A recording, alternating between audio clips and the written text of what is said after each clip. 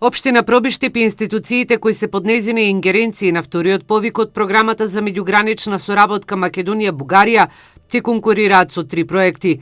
Драган Анастасов, градоначалникот на Пробишти, вели дека заедно со бугарската општина Банско ќе бараат средства за реализирање на проект од областта на животната средина. Двете општини заеднички бараат 24 милиони 600 илјади денари.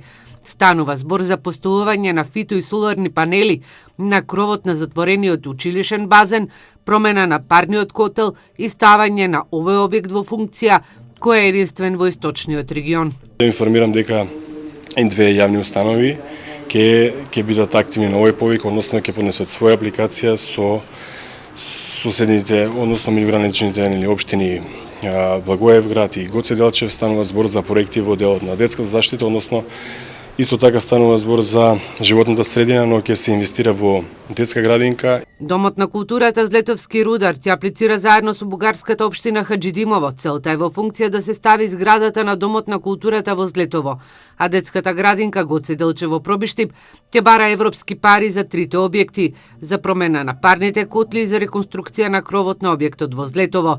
Вториот повик од програмата за меѓугранична соработка Македонија-Бугарија трае до 11 мај, кога општините, институциите и невладините организации од источниот регион ќе можат да аплицираат со проекти кои ќе го подобрат квалитетот на животот на граѓаните.